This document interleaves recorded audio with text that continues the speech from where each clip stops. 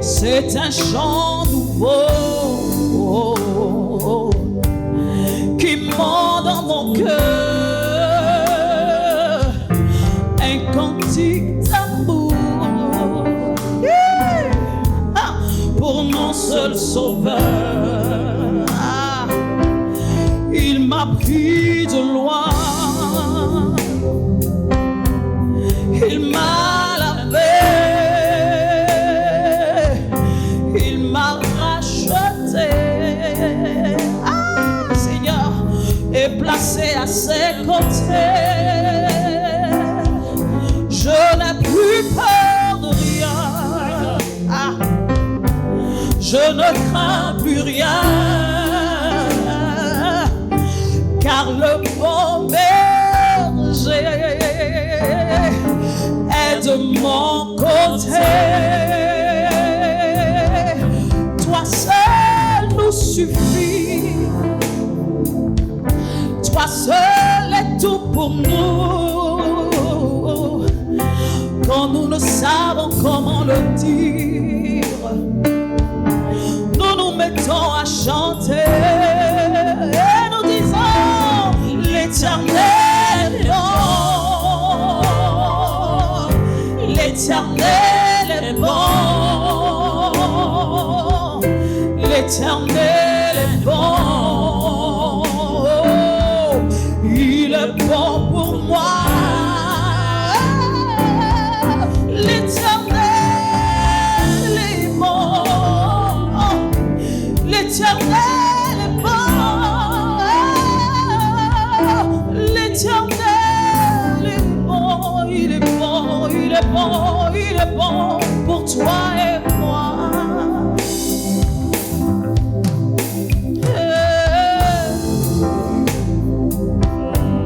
L'Éternel est bon, l'Éternel est bon.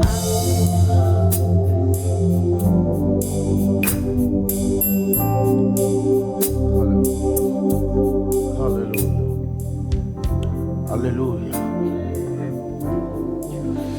Merci Seigneur, Dieu des amis, pour ta présence. Elle nous apporte la vie. Elle nous donne l'assurance. Elle suscite en nous, Seigneur Dieu, la joie et le bonheur. Parce que c'est en ta présence que se trouve la vie. C'est en ta présence que se trouve la sécurité et la paix. Ce matin, Seigneur, nous voulons te dire merci. Merci pour l'occasion que tu nous donnes de nous réunir à tes pieds autour de toi, Seigneur, pour recevoir le breuvage, celui-là même qui nourrit notre âme et qui nous fortifie, Seigneur Dieu des armées, et qui nous donne de ne reculer devant rien. Nous voulons te dire merci. Nous voulons bénir ton nom pour la croix, pour l'œuvre de la croix. C'est la même qui a fait de nous des enfants légitimes. Nous tenons à te dire merci, Père, ce matin. Seigneur, dispose en ce moment même de ce lieu et remplis ce lieu de ta présence, et que plus rien ne compte pour nous si ce n'est ton esprit, que plus rien, Seigneur, ne compte pour nous si ce n'est ta présence. Je me soumets en toi, mon Dieu. Viens et remplis-moi et apporte au travers de ma vie la nourriture à ton peuple. Seigneur, merci. Nous te soumettons ce lieu. Nous te soumettons l'atmosphère de ce moment. Et que toute chose concourt à ta gloire, ta seule gloire, au nom de Jésus. Merci Seigneur. Amen. On acclame le Seigneur.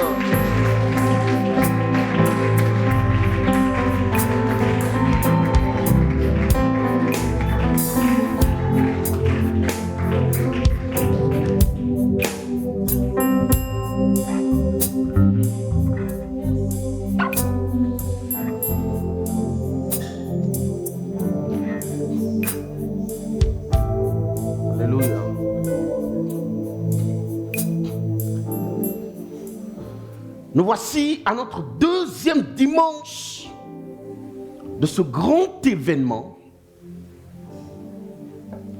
Comme je l'ai dit le dimanche dernier, qu'il y a eu un bouleversement à la fois dans le ciel et sur la terre. Et la Pâque n'est pas juste une fête qu'on célèbre un dimanche et puis après quoi on passe à autre chose. Après quoi on revient à nos enseignements ordinaires, on revient à nos prédications portant sur l'argent et sur les autels. Mais la Pâque, c'est une vie. La Pâque, c'est tous les jours. Parce que la Pâque a une portée spirituelle, mais une portée éternelle. Parce que Christ ne sera pas crucifié à nouveau. Cette victoire, il a acquise une bonne fois pour toutes.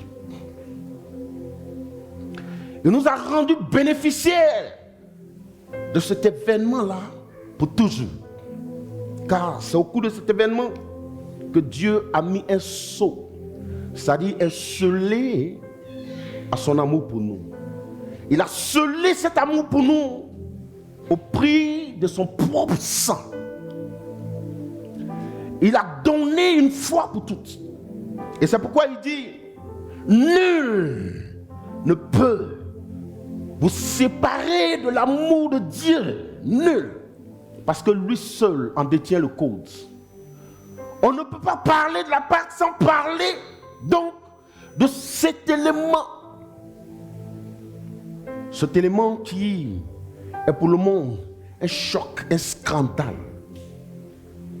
Parce que jusque-là, le monde ne parvient pas à comprendre comment un homme qui a été pendu à un bois peut donner la vie à des hommes. Ce n'est pas possible. Pour Jules César, c'est un scandale. Ce n'est pas possible. Pour les Juifs, c'est une défaite, c'est un échec, c'est une malédiction. Parce qu'il est écrit dans leur loi, maudit soit quiconque est pendu au bois. On ne peut donc pas parler de la Pâque sans parler de la croix. C'est la croix qui en fait l'essence. C'est en cela que Paul dit en 1 Corinthiens 2, à partir du verset 1 à 2.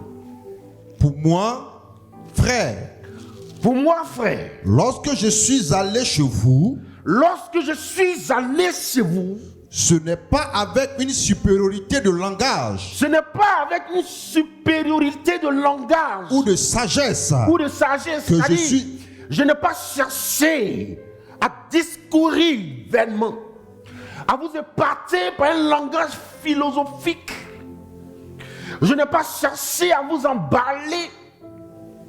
Je n'ai pas cherché à démontrer que je possède une sagesse supérieure. Que je suis allé vous annoncer le témoignage de Dieu. Ce n'est pas avec un langage supérieur que je suis allé vous annoncer le témoignage de Dieu. Car je n'ai pas eu la pensée de savoir parmi vous autre chose que Jésus-Christ et Jésus-Christ crucifié. Il dit, lorsque je suis venu à vous, Corinthe, je n'ai pas cherché à connaître la maison du gouverneur. Je n'ai pas cherché à savoir qui est la première dame, afin qu'elle puisse soutenir mon ministère. Je n'ai pas cherché à savoir qui est le gouverneur, pour qu'il me donne de l'argent, pour soutenir mon ministère. Je n'ai pas cherché à savoir autre chose parmi vous que Jésus-Christ et Jésus-Christ crucifié. Amen. Alléluia. Et Dieu, je n'ai pas cherché à savoir autre chose que le Christ crucifié. Les Corinthiens étaient surpris, dépassés. Parce que si c'est pour nous présenter un mort, quelqu'un qui est mort sur un bois, Paul, pour eux, c'était ridicule. C'était un scandale pour eux. Vous savez, mais c'est cela en fait. C'est ce qui fait toute la force de la Pâque. Parce que Paul leur dit, vous savez, pour vous c'est une folie. Mais sachez une chose, que la folie de Dieu est plus grande que la sagesse des hommes. Et la faiblesse de Dieu est plus forte que la force des hommes. Jusque-là, le monde continue d'être choqué. Ils ne comprennent pas ce que cela veut dire. Tous les intellectuels de ce monde nous regardent et nous rient au nez. Pour eux, c'est une perte de temps. Ils ne peuvent pas comprendre ce que signifie la croix, ce que représente pour eux un simple bois. Pour eux, c'est un scandale. Ce n'est pas possible. Et c'est donc l'une des raisons pour lesquelles nous devons nous réjouir et bénir Dieu. Parce que pour eux, c'est un scandale. Mais pour nous, c'est une puissance. Et Paul dit, la prédication de la croix est folie pour ceux qui périssent. Mais nous, qui sommes sauvés, c'est une puissance. Bien-aimé, je veux te parler de la puissance de la croix. Nous allons prendre nos Bibles. 2 Rois 6, versets 1 à 7. Les fils des prophètes dirent à Élisée. Les fils des prophètes dirent à Élisée. Voici le lieu où nous sommes assis devant toi est trop étroit pour nous. Yes. Allons jusqu'au Jourdain. Allons jusqu'au Jourdain. Nous prendrons là chacun une poutre. Nous prendrons là chacun une poutre. Et nous ferons un lieu d'habitation. Et nous ferons un lieu d'habitation. Élisée répondit. Allez.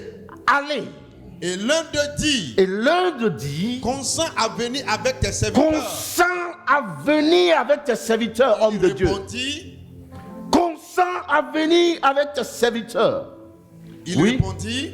Et il répondit. J'irai. Il partit donc avec eux. Oui. Arrivé au Jourdain, il coupait du bois. Et comme l'un d'eux abattait une poutre. Le fer tomba dans l'eau. Il s'écria. Ah, mon Seigneur. Il était emprunté. L'homme de Dieu dit. Où est-il tombé? Et il lui montra la place. Alors Élisée coupa un morceau de bois. Le jeta à la même place. Et le fit submerger le fer. Puis il dit. Enlève-le. Et il avança la main et le prit. Amen. C'est extraordinaire. Ce qui vient de se passer, ce récit. Alléluia. La Bible dit que le prophète Élisée était avec les fils des prophètes. Ils étaient donc à l'école d'Élisée. Ils apprenaient auprès de lui. Ils ont commencé à devenir plus nombreux. Et l'un des fils des prophètes s'adressant au prophète dit ceci. Homme de Dieu, l'endroit où nous trouvons s'avère restreint, trop étroit pour contenir le nombre que nous sommes. Et il lui dit, il ne lui indique pas n'importe quel lieu, il dit allons au Jourdain. Le Jourdain, c'est un lieu, il représente, c'est tout un symbole pour les Juifs, le Jourdain. C'est après cette traversée qu'ils sont rentrés à Canaan. Donc c'est un lieu qui symbolise le renouvellement, l'entrée dans sa destinée. Allons là où il y a la vie. Bien-aimé, regarde ce qui va se passer. Ils arrivent donc au Jourdain. Et pendant qu'ils étaient en train de couper les fourches, l'un des fils des prophètes, par maladresse, va perdre l'âche. Alléluia, tout le monde connaît une lâche, non? Qu'on prend pour abattre les bois. La Bible précise que la manche même était en fer. Alléluia. La lame qui est aussi épaisse était en fer et la manche également était en fer. Et donc quand l'âche va lui échapper, elle va descendre jusqu'au fond de l'eau. Et suivez-moi bien, vous allez comprendre beaucoup de choses. Et ce qui va attirer notre attention ici, c'est que l'eau certainement n'était pas claire. Parce que le prophète a posé la question de savoir où est-elle tombée. La Bible ne nous précise pas également la profondeur de l'eau. Parce que si elle n'était pas profonde, ils allaient descendre dans l'eau pour aller chercher. Alléluia. Et je sais qu'il n'y a aucune loi d'attraction entre le bois et le fer. N'est-ce pas? Les mains et le fer s'attirent. S'il avait mis de l'aimant sur l'eau, on allait comprendre. Alléluia. Mais il n'a pas demandé un aimant. Ah! Un fer plonge au fond de l'eau. Ce n'est pas le mystère des prophètes. Tu vas être éclairé là-dessus. On aurait pu faire appel à des maîtres nageurs parce que je sais qu'il en existait en Israël. Parce que partout où il y a de l'eau, il y a toujours des plongeurs. Le prophète aurait dû faire appel à des plongeurs. Mais non, il a posé la question de savoir où est-il tombé. Et le fils du prophète lui indique exactement le lieu. Et qu'est-ce que le prophète va faire? Ce n'est pas de la sorcellerie. Ce n'est pas de la magie non plus. Ah! Le prophète coupe du bois. Il dépose le bois à l'endroit précis où là c'est tombé. Non, c'est trop fort. Il dépose le bois où là c'est tombé et à la surprise générale, le bois défie toutes les données de la science. Le bois défie toutes les vérités scientifiques. Ça balaie tout cela parce que jamais on a vu un bois attirer un fer ou le fer attirer un bois. Dieu est celui qui défie toute la science. Il est celui qui fait mentir toute la science. Et la Bible dit que le prophète dépose le morceau de bois à l'endroit précis où là c'est tombé. Et à la surprise générale, l'âge va remonter jusqu'à la surface. Et il dit au fils du prophète, mets la main et prends-le. Si Dieu a mis sa parole à notre disposition, c'est pour que nous la connaissions. Parce que si la volonté de Dieu était de nous cacher les choses, il n'allait pas être à même de nous juger. Il nous a donné son esprit, il nous a donné sa parole.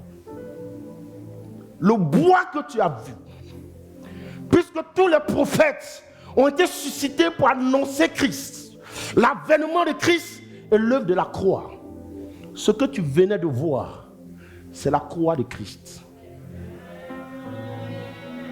Jésus est en train de dire, même si ton péché est plus lourd que le fer, et même si la malédiction sur ta vie est plus lourde que le fer, et même si tous les sorciers de ton village se sont acharnés sur toi, mais si tu regardes à la croix, si tu ne la regardes pas comme les sages de ce monde, qui n'ont aucune sagesse, mais si tu crois que ce n'est pas juste un bois et que je ne suis pas allé juste me balader sur ce bois, mais si tu crois que l'œuvre de la croix est une œuvre parfaitement accomplie, quelle que soit ta malédiction, par l'œuvre de la croix, je te ferai remonter à la surface de l'eau.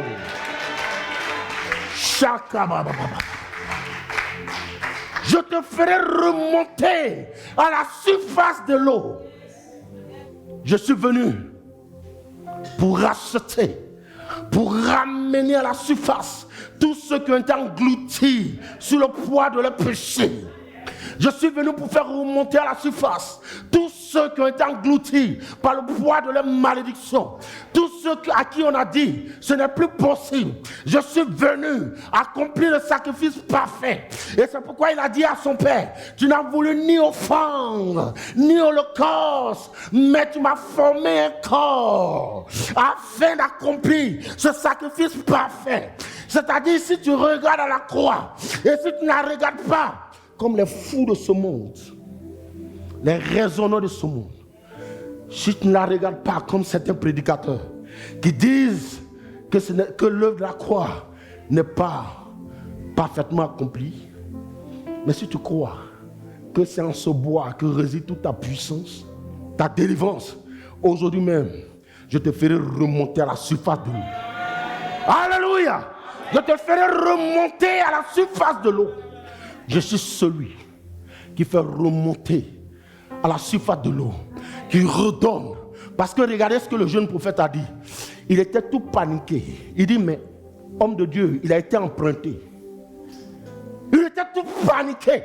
Il dit, il a été emprunté. Ça veut dire quoi? Il était en train de lui dire, si jamais il ne remonte pas à la surface, c'est-à-dire, je suis foutu. Il a commencé à paniquer, pour lui, c'est terminé. C'est un instrument important. C'est pourquoi, malgré tous les noms qu'ils étaient, toute l'école ne disposait pas d'âge. Ils ont été obligés d'aller emprunter. Et donc, il était tout paniqué. Pasteur, personne de ma famille ne s'est jamais marié. Regarde à la croix. Regarde à la croix. C'est là-bas que Christ a acquis pour toi le mariage. C'est là-bas que Christ a acquis pour vous la délivrance. Votre délivrance se trouve à la croix. Votre histoire s'est parfaitement accomplie à la croix. Et si par le passé, il n'était pas donné à vos familles de vous marier, aujourd'hui par la croix, cela est rendu possible. Lève les yeux et regarde à la croix. Parce qu'à la croix, Christ s'est constitué en provision divine.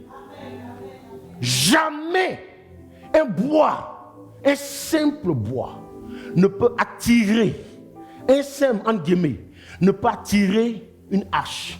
C'est parce qu'il y avait quelqu'un sur ce bois. Parce qu'il y avait 3 personnes qui ont été crucifiées. Mais les 2 autres ne pouvaient pas racheter. Les 2 autres qui étaient de part et d'autre de Christ, au contraire, ont plaidé pour le cas. Il y a un parmi eux qui a plaidé, qui a négocié. Et dit, souviens-toi de moi aujourd'hui. Quand tu seras assis à la droite de ton Père, souviens-toi de moi. Et Jésus lui dit, aujourd'hui même, je te fais entrer dans le paradis. Alléluia. Parce que lui seul a le pouvoir de faire entrer. Lui seul a le pouvoir de dire à un homme, aujourd'hui tes dettes sont payées. Lui seul a le pouvoir de dire, aujourd'hui les données de ta vie changent. Lui seul a le pouvoir de dire, à partir d'aujourd'hui tu es libre. Le bois que tu as vu flotter sur l'eau, que le prophète a déposé, n'était rien d'autre que le Christ.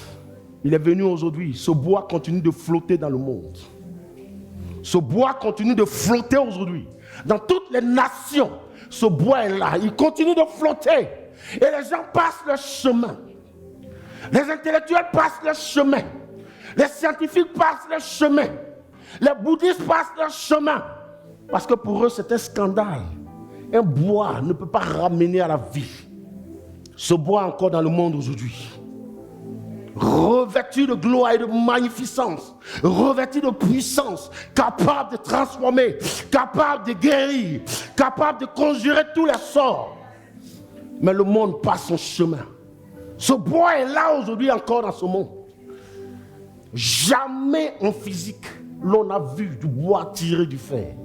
Il n'y a que Christ seul qui soit capable de le faire. La question aujourd'hui que moi je me pose, les pasteurs qui sont toujours en train de prêcher la malédiction, l'autel, la malédiction, est-ce que c'est parce qu'ils ne savent pas que Jésus a payé déjà le prix pour toi? Parce que laisse-moi te dire, rien n'est plus puissant que la croix. Rien n'est comparable à la croix. La seule chose devant laquelle le diable a capitulé, c'est l'œuvre de la croix. Mais le diable sait, ce que vaut la croix, ce que représente la croix. C'est pourquoi il ne permet pas qu'on parle de la croix, qu'on prêche la croix. Et c'est pourquoi il préfère que les gens te parlent d'autel, de malédiction de ta famille. C'est quelle malédiction qui ne finit pas? C'est quel autel qui ne tombe pas? Quels sont le projet? Quel est le dessein? Parce qu'écoute-moi bien, aucun pasteur, aucun prophète ne peut changer la vie de quelqu'un si c'est né au nom de Jésus. Si c'est né par la puissance de l'œuvre de la croix. Laisse-moi te dire, on ne peut pas venir dans l'église de Dieu en train de chercher des démons. On ne peut pas être dans l'église de Dieu en train de chercher tous les jours, jeûner 30 jours pour que Dieu te révèle les démons de ta famille. Où est passée la croix? Quel est le sens de la croix? Tant que l'église ne va pas ramener la croix, tant que l'église ne va pas élever la croix de Jésus, alors qu'elle est debout, tant que l'église ne va pas prêcher la puissance de la croix, l'église sera toujours dans la faiblesse. Ce que Christ veut, c'est ta liberté. Ce à quoi il m'a appelé, c'est de te prêcher la délivrance, la liberté, de t'annoncer. C'est ce qu'il appelle la bonne nouvelle. S'il existe une bonne nouvelle, c'est parce qu'il existait une mauvaise. Et maintenant, la bonne est venue pour remplacer la mauvaise. Mais ils ne vont jamais te dire que tu es libre. Ils ne vont jamais te révéler la puissance de la croix. Parce que si on te pressait la croix, tu n'allais pas être encore dans cet état. Revenons à la croix, je vous en prie. Prêchons la puissance de la croix dans l'église. Tu sais ce que signifie l'œuvre de la croix?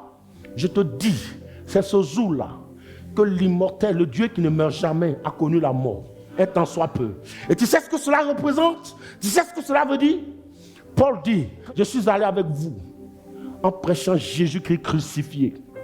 Celui qui est mort à la croix, que les gens appellent une défaite, c'est celui-là qui est ma victoire. Alléluia! C'est celui-là que je suis allé vous annoncer. Arrête, et tant soit peu, de croire à la malédiction à nos personnes.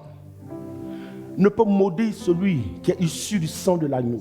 Tout est une question de connaissance et de compréhension. J'ai entendu dire qu'il y a un homme nommé Jésus qui ne meurt jamais. Il est le Dieu Tout-Puissant. Mais afin de me sauver, il s'est fait homme. Il est venu s'identifier à moi. Il a allé sur le bois. Il a donné sa vie volontairement, sans contrainte. Et dès que la première goutte de son sang touchait la terre, toutes les malédictions de ma vie ont été conjurées. C'est-à-dire désormais, je suis devenu une nouvelle personne.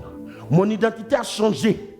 Voici, vous voyez, je vous ai donné le pouvoir. Arnaud, quand je dis, voici la clé de ta voiture, ça veut dire que la clé est là, non?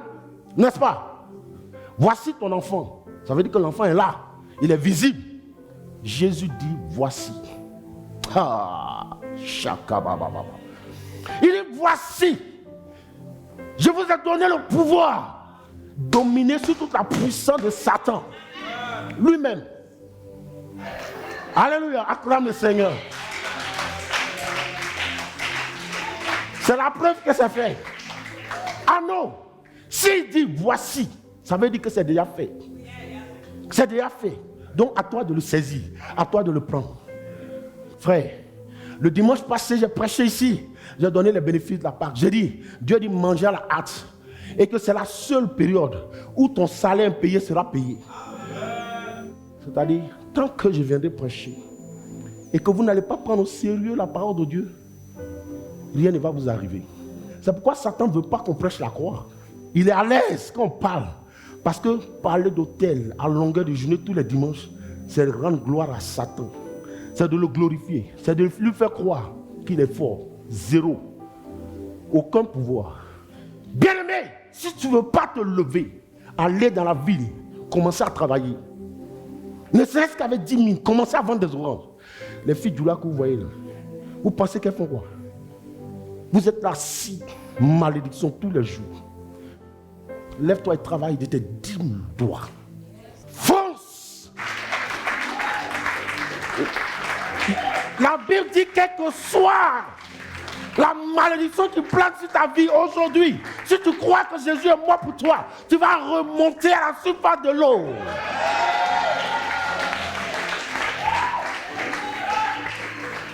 Je suis étonné, quoi. Moi, je suis remonté à la surface de l'eau. Je ne peux plus replonger. Plus jamais.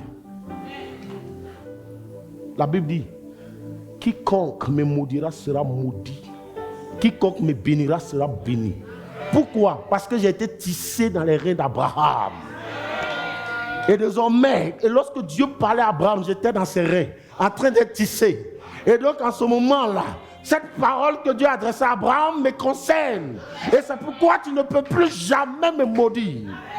Ne me bénis pas, tu n'es pas obligé. Mais ce qu'il ne faut pas faire, je te mets en garde, c'est de vouloir me maudire. Ah! Alléluia! Yeah.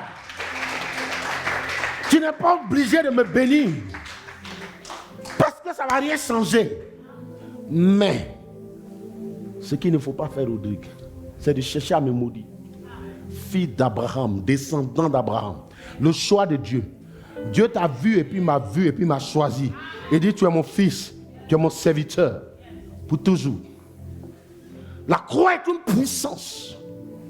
Depuis 2000 ans, Jésus a dit que tu es libre. Et toi, tu continues de croire en la malédiction. Et tu sais ce qu'il dit? Qu'il te soit fait selon ta foi.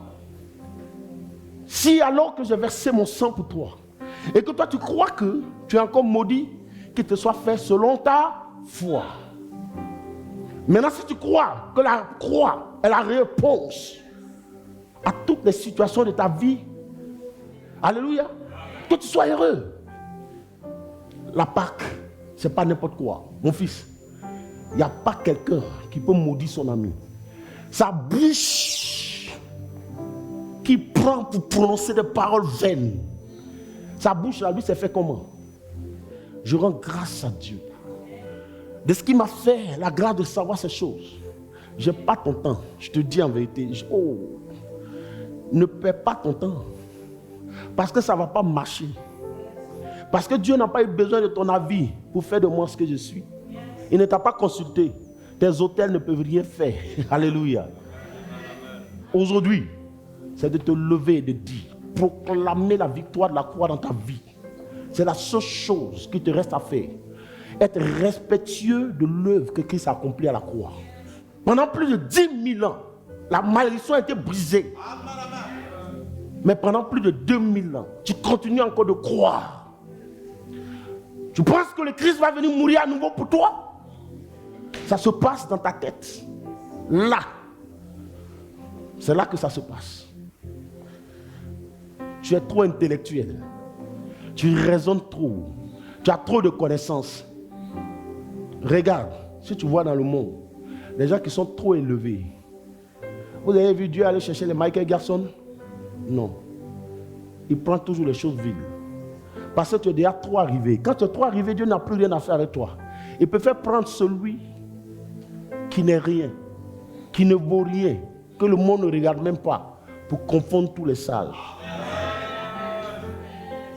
Je te dis la vérité. Quand tu es trop intelligent, quand tu sais trop, Dieu ne fait rien avec toi. Parce que toi, tu es déjà accompli. Revenons à ce que Jésus a fait. Acceptons ce qu'il dit que nous sommes. Vous croyez à la malédiction aux autels, et puis vous ne croyez même pas à ce que le Créateur dit. Ah! Les autels là, c'est la rébellion de Satan. Il n'était pas le diable par le passé, mais il a été rebelle.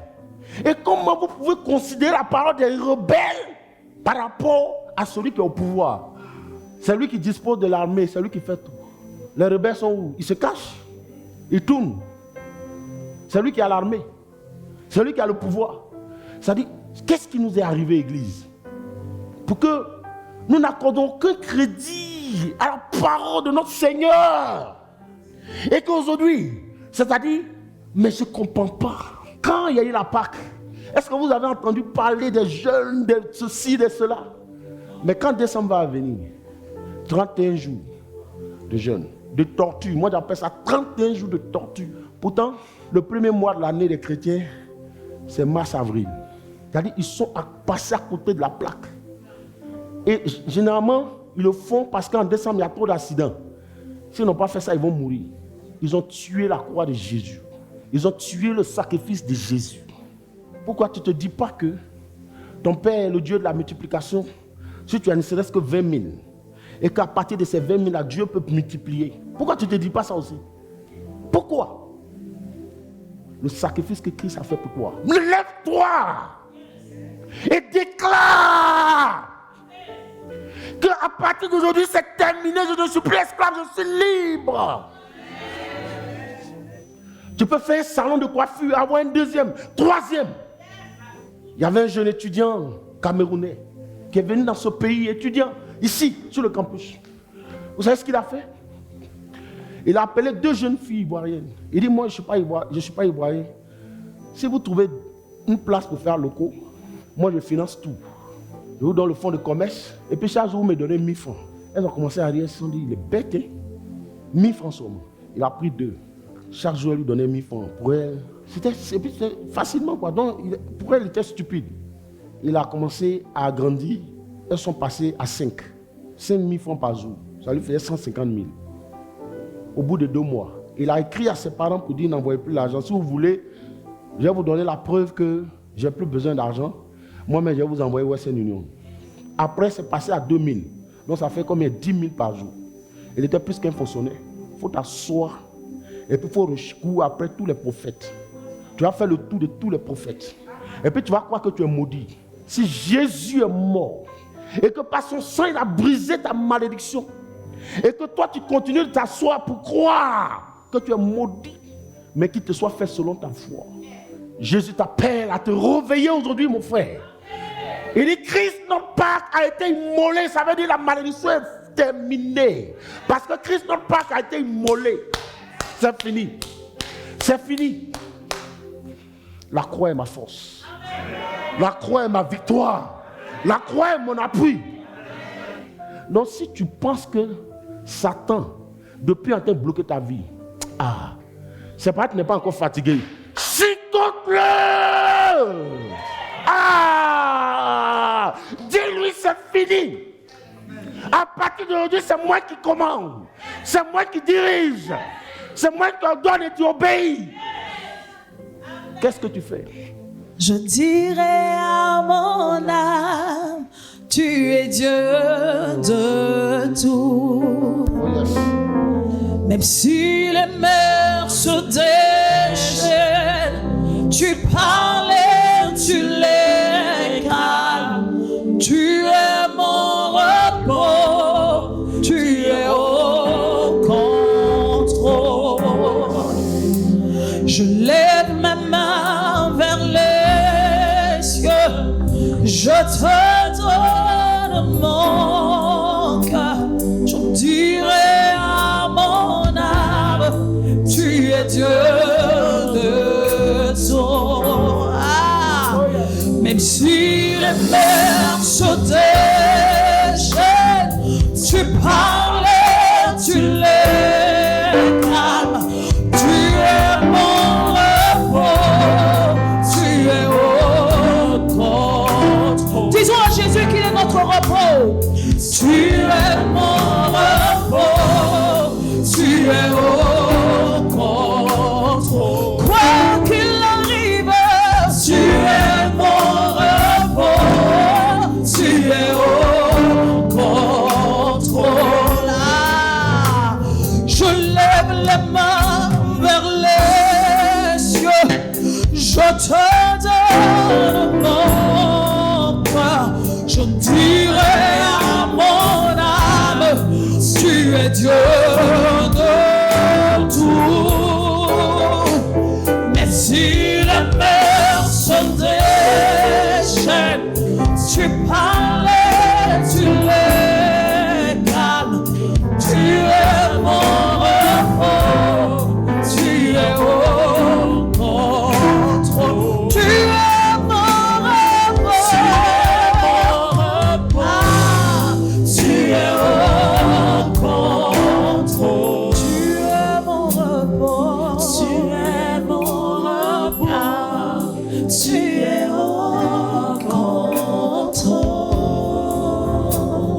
Il dit même si les mers se déchaînent, tu es celui qui parle et qui les calme. Alléluia. Jésus a tout fait pour toi. La volonté de Dieu, c'est que tu prospères à tous égards, que tu te maries, que tu enfantes, que tu ailles et que tu prospères. Aucun lien ne te tient désormais. Alléluia. Aujourd'hui, je proclame votre liberté à jamais. Aujourd'hui, j'annonce ta liberté à jamais. Je relâche sur toi la grâce de Dieu. Au nom de Jésus, je déclare que ta demande est acceptée désormais.